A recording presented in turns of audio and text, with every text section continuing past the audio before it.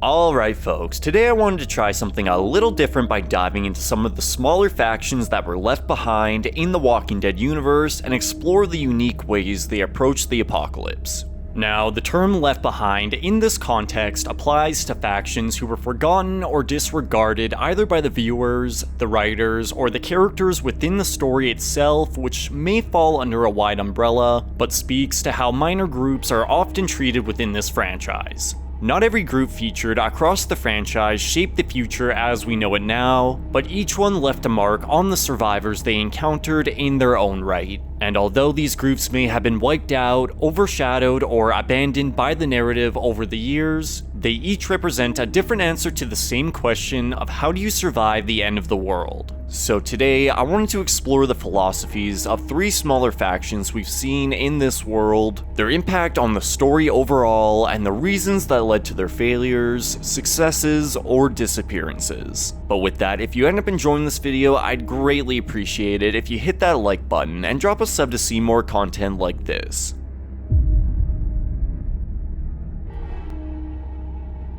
Making their debut in Season 9 of the main show, the Highwaymen may have disappeared just as quickly as they were introduced. At first glance, this group of rugged outdoorsman-type survivors almost looked like a rehash of the typical road bandit gang as they blocked trade routes, shook down travelers, and demanded fees for safe passage. However, where they differed was in their ability to see reason, something groups like the Claimers never could. These weren't just plunderers looking to cause chaos or assert dominance. They were survivors adapting to the rules of this world and finding new ways to make it by while reviving some sense of structure and order in their own way. Just like how Hilltop or Kingdom were our survivors' communities, these trade routes were the Highwaymen's territory, land nobody else had bothered to claim or protect. And while they were fully capable of turning hostile when confronted, they mostly operated under a system designed to be mutually beneficial. Sure, you had to pay a toll to travel their roads, usually by force, but those roads would become some of the safest in the region from walkers, given you came to an agreement. In return for security, they were fed and supported.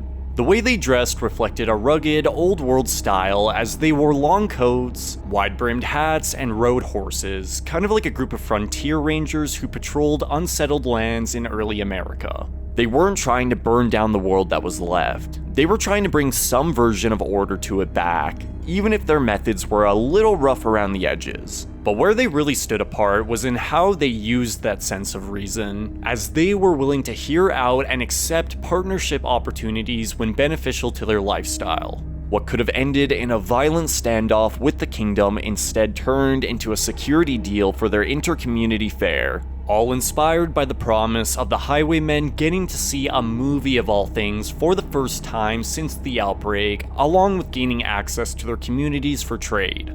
This showed us they weren't control-hungry warlords, just regular people who knew they didn't have much to barter with except their skills and were able to monetize it well. Although, what's most tragic about the Highwaymen is that this willingness to cooperate is exactly what got them killed. Their commitment to protecting the region led their leaders, Ozzy and Alec, to track down the Whisperers in an effort to save the kidnapped fair victims, only to lose their lives all the same. They died trying to do the right thing while staying committed to their roles, and for that, they were left as just another set of heads on Alpha's pikes. Following this event, the remaining Highwaymen would merge into the coalition while demanding justice for their lost leaders. But by the time a former ranger named Alfred died at the hands of Beta in Season 10, Episode 10, no more named Highwaymen were known to be alive, leaving the group to fizzle out with a whimper. These glorified security guards were one of the few aggressive groups to renounce their antagonistic ways, and although it eventually brought about their fall, their initial methods were effective in keeping them alive and may have continued to work if they had a little less honor to their names. But what can't be argued is the fact that they were introduced as cannon fodder to die, and once they served that purpose, they were never mentioned again and forgotten by the viewers and writers alike. They had a unique way of surviving in this world as they were able to turn their strengths into a business, almost like apocalyptic contractors, a rare case of a faction trying to reform and getting left behind because of it.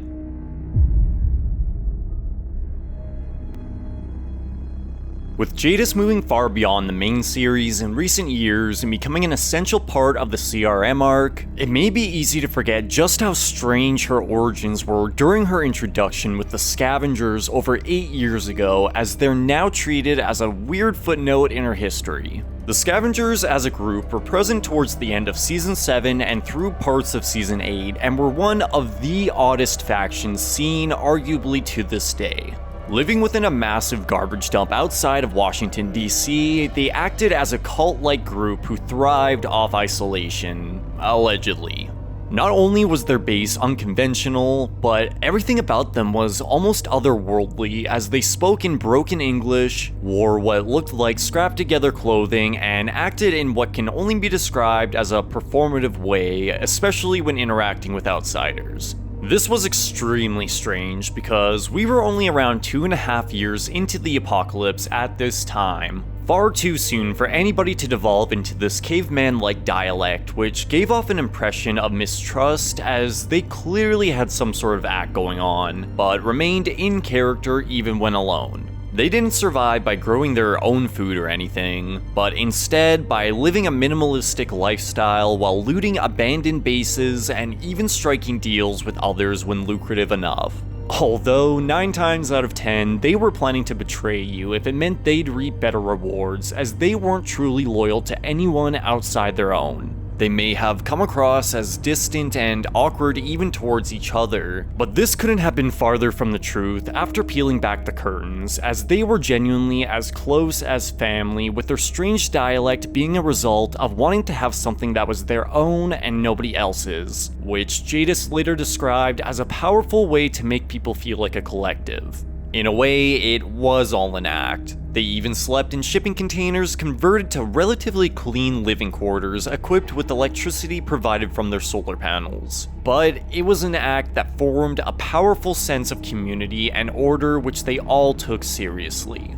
They were artistic people in all senses. But they were also shady as hell, as a secret deal with the CRM to trade civilians from the wasteland for supplies via aircraft kept them going more than anything. If they were to keep their heads down and continue sticking to their own while snatching lone survivors out of the wasteland here and there, it's quite possible they could have kept this lifestyle up for years to come. But instead, their leader Jadis chose to involve them in a conflict with the Saviors, which led to their eventual slaughtering. Jadis was the sole survivor of the Scavengers and would go on to flee the Coalition and climb the ranks of the CRM. But she would never forget the people who made her feel at home or the pain she felt when she lost them.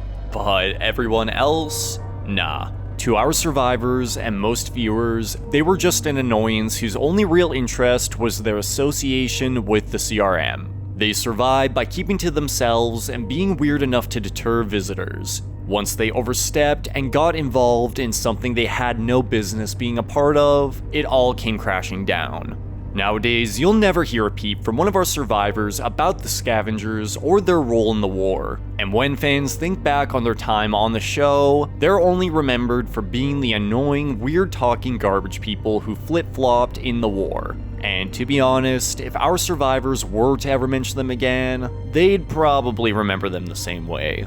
The Scavengers are a weird case, as most viewers will remember who they were due to their overall strangeness, but it's the narrative and characters within that moved on and left them behind to history, as their legacy was overshadowed by Jadis' personal journey later on. Their deaths weren't even consequential in the war, as Simon died for his attempted coup, not the massacre. So as it stands, the Scavengers were a weird tool to bring Jadis into the story and nothing more. This shows us that being unique or memorable isn't enough to stay relevant in this world. Sometimes groups get left behind simply because the story moves on without them.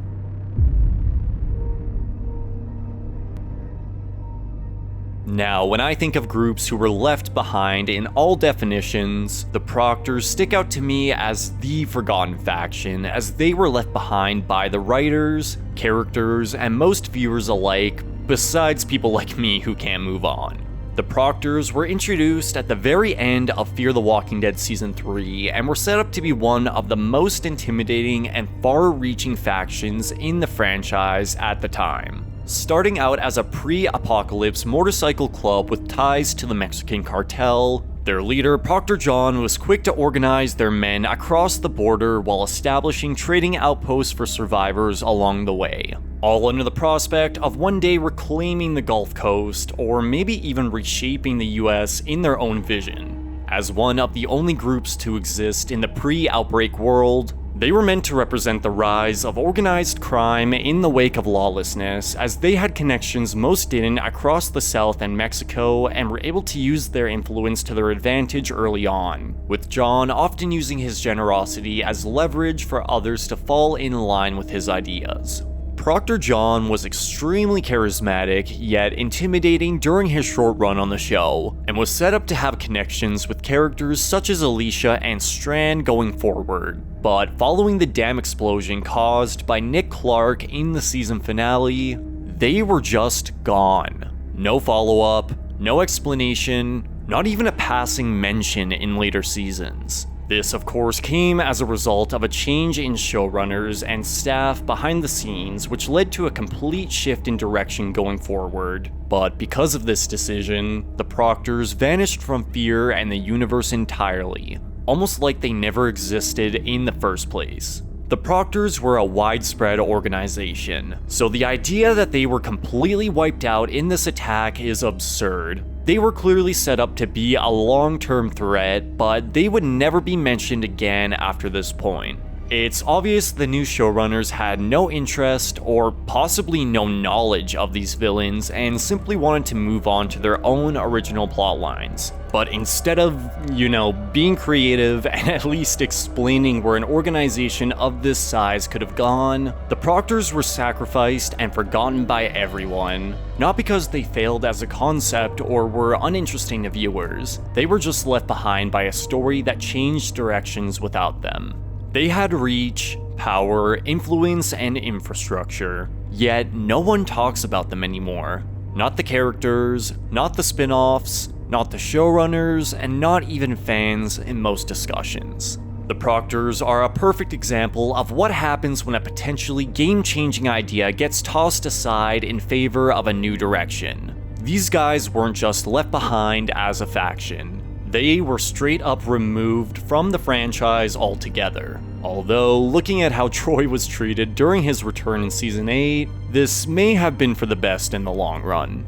In the Walking Dead universe, not every faction is destined to be the next big group that changes the status quo. Some, like the Highwaymen, had their values, but were ultimately designed to die and fade into the background. Others, like the Scavengers, were strange enough to stand out to viewers, but were still left behind in the story's history as they served very little narrative purpose outside of introducing Jadis, while groups like the Proctors never even got the chance to become relevant as their story was discarded and abandoned before it even started.